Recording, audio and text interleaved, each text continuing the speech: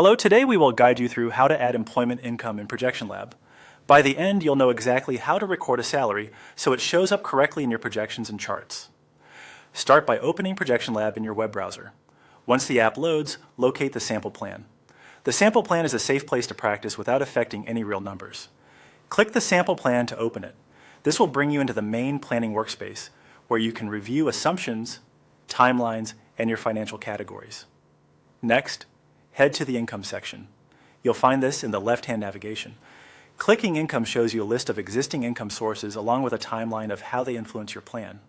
This area is where you'll add, review, and adjust your earnings as your situation evolves. To create a new entry, look for the plus sign in the income area and click it. This opens a menu of income types. Choose salary. Selecting salary ensures ProjectionLab treats the entry as earned employment income, which helps with the way taxes and cash flow are modeled behind the scenes. You'll now see a form to fill out. Begin with the name field. Enter a clear, descriptive label you'll recognize later, such as primary job or part-time role. Consistent naming helps you quickly tell incomes apart if you add more than one source in the future. Next, enter the amount. This field is typically your gross pay before taxes and deductions. Make sure the figure matches how you think about your salary, annual versus monthly for example, and double-check any drop-downs or frequency options visible in the form so the amount reflects your actual pay cadence. If you receive variable bonuses or commissions, keep those separate for clarity. For now, just focus on your base salary amount.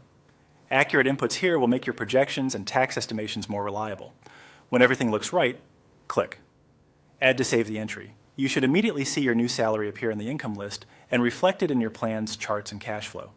If something doesn't look the way you expected, you can open the entry again and fine-tune the details at any time. That's it. You've successfully added employment income in ProjectionLab.